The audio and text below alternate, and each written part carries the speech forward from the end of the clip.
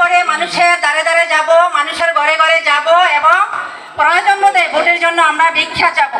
আমরা ভিক্ষা চেয়ে আমরা ভোট মানুষের কাছ থেকে আদায় করে নিব।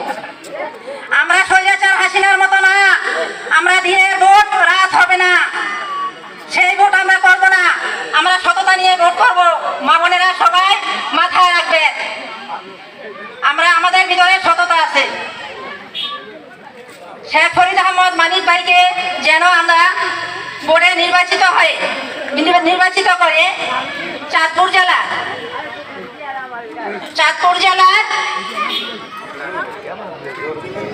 জেলার নেতা হিসাবে তাকে সংসদে দাঁড়া করাইতে পারি এবং খালেদা জিয়ার হাতকে শক্তিশালী করতে পারি। এই বলে